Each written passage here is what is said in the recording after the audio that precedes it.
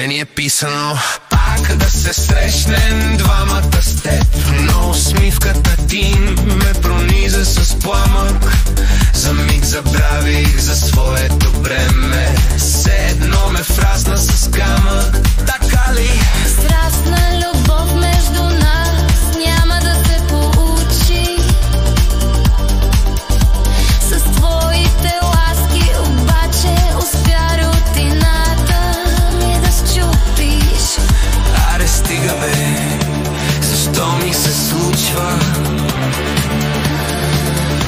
А как ми се иска да бъда с теб още час, да те прегърна сякаш за пръв път от раз, да те целувам вечно до безкрай,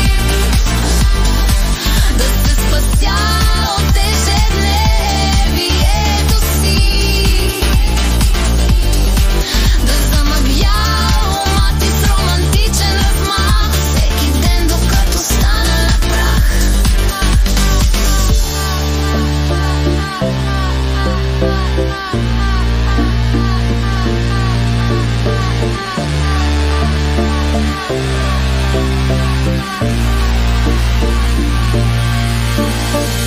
Не знам какво чувстваш към мен в този миг, но когато се смееш си мисля как да ти прошепна лудите си мечти в тих стих. Как да те разтреперера, настръхваш ли?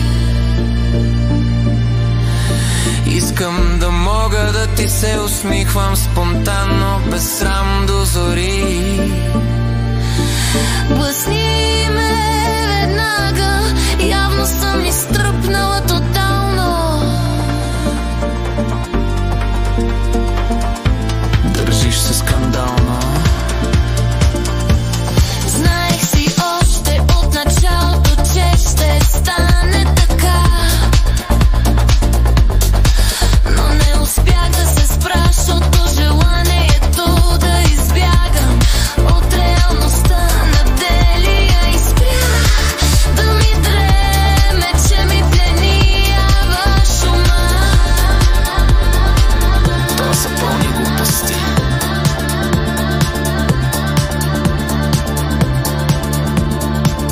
Не мога да спра мечтая след една среща с теб, такава не мога да се удържа.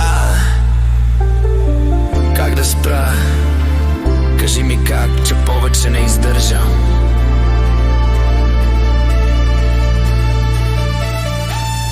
Да бъда с теб още час, да те прегърна сякаш за пръв път от раз, да те целувам